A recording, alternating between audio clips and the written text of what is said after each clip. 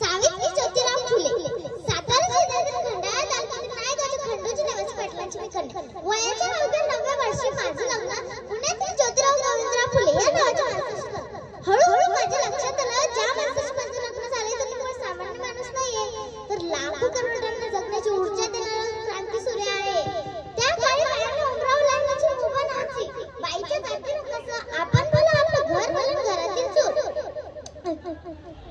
असंच एकदा शिक्षणाचा प्रसार करत असताना फरक नावाच्या ब्रिटिश मॅडम ज्योतिबा फुले यांना म्हणाल्या, मिस्टर फुले, तुम्हाला शिक्षणाचा प्रसार करायचा आहे ना?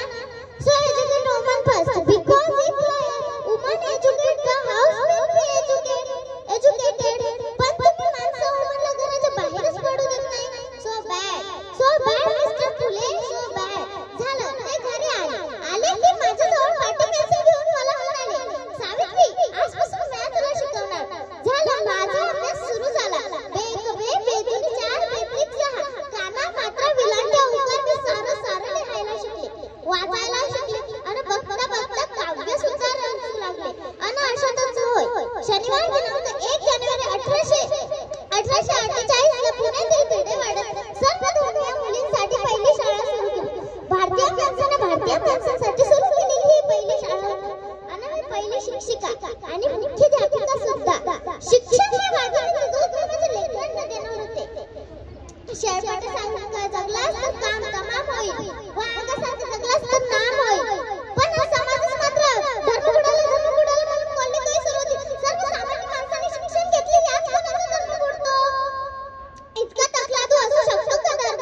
अहो, धर्मासाठी माणूस तो माणसासाठी धर्म असतो. अहो, शाळेत जाताना अंगावर शेण फेकले तेही मी सहन केले, दगडफेक केली तेही मी सहन केले, शिव्या दिल्या थुकली ते सगळं काही मी सहन केले. पण आता माझा सहनशीलतेचा अंत झाला होता आणि अचानक एक गरीब गडबड म्हणाला, ए टवळे, कुठे निघालीस? आधी आमच्या पोरी बाळींना शिकवणं बंद कर. तुला तुझी अब्रूफारी आहे की शिक्षण? त्याला कदाचित माहित नसावं, आम्ही सुद्धा ज्योतिराव पैलवानाच्या पत्नी आहोत. झालं हात उचलला आणि सनकन त्याच्या कानाखाली वाजवली आणि त्याला सुनावलं, आज थोबाड फुटलं, पुन्हा जर आला ना तर तुझ्या रक्ताने ही धरणी रंगवेल.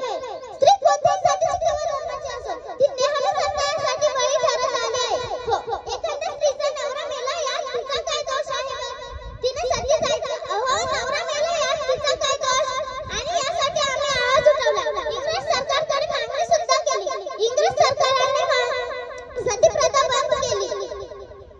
ते तर विधवा महिला काशीबाई, हिच्या मुलाचं आम्ही दत्तक ठेवलं आणि त्याचं नाव ठेवलं यशवंत. त्याच्या दुडू पावलांनी कसं आमचं अंगण भरून जायचं हो. त्याला वाढवलं, मोठं केलं आणि डॉक्टर सुद्धा बनवलं. पण अचानकच एकतर पुण्यात प्लेगची साथ पसरली होती. जागच्या जागी माणसं मरू लागले होते. मी एक यशवंताला सांगितलं, यशवंता, आपल्याला आता हॉस्पिटल उभारायला हवं. यशवंताने हॉस्पिटल उभारलं. मी त्या रुग्णांचे